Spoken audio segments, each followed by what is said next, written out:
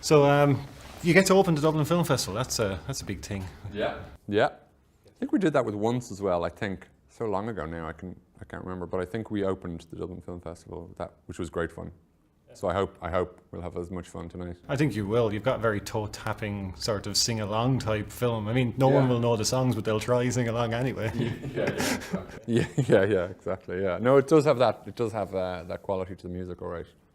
So it's nice to see a positive spin put on Dublin in the 80s, because a lot of the films that we've had up to this point about that particular period of time is always sort of dour, or it's always. Dublin Ireland at that time was not the economic force that it became and then lost and is now somewhat becoming again. So it's nice to see somebody enjoying that period of time, because I grew up in the 80s, so I understand that. I mean, I had a great childhood, but it was a miserable environment up until Italia 90, up until 88 with the Stuttgart. That's not my memory of the 80s is more like, my idea of what the 60s was like in America. Like, I felt there was sort of a turning point and a kind of a revolution, and to a degree, like a sexual and cultural revolution going on in the 80s. People were becoming much more open to different ideas, and people were paying more attention to what was going on in fashion and music and culture and stuff. Censorship was losing its grip. The church was beginning to lose its sort of grip on things. I found it quite an exciting time, the 80s. I mean, Ireland is bleak because it's the weather and it can get locked into that sort of Atlantic Ocean sort of just storm thing. But I mean, for all of the recession and the troubles in the north and the Lebanon and all the bad news that was coming in, there was a spring in its step in Dublin that I think it's lost now, actually, even though we're more wealthy now and property is booming again.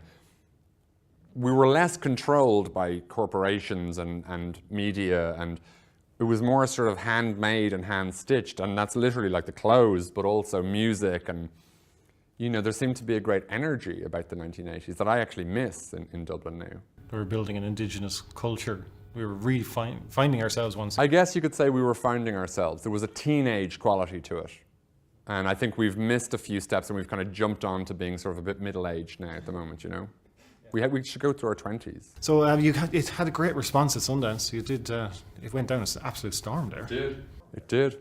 Very lucky, very blessed by Sundance. Actually, Sundance has been like an amazing thing for me.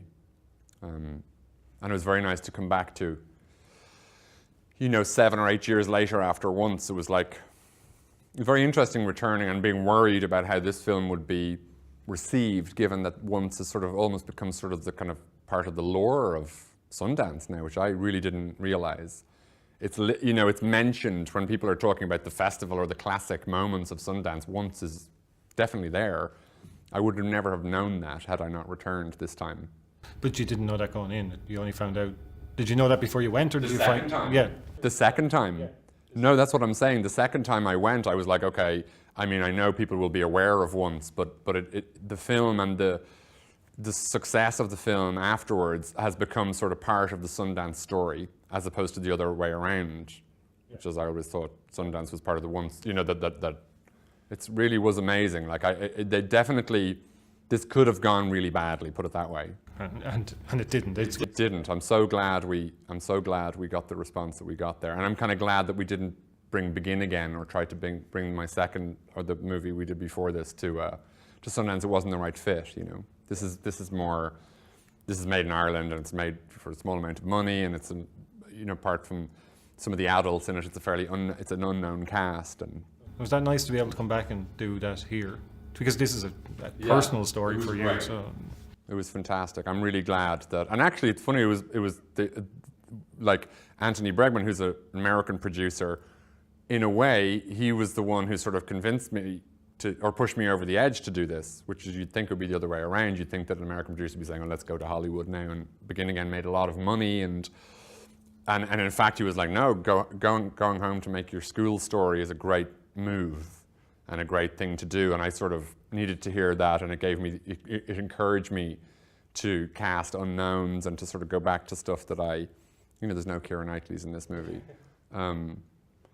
To work with non-actors and to mix it up a little bit with film actors that I love and non-actors and music and musicians that I love, but really to do it on streets that I grew up in and stuff. It was a lot of fun to do that and very liberating to return to that. I think I'd always come back and make Irish films.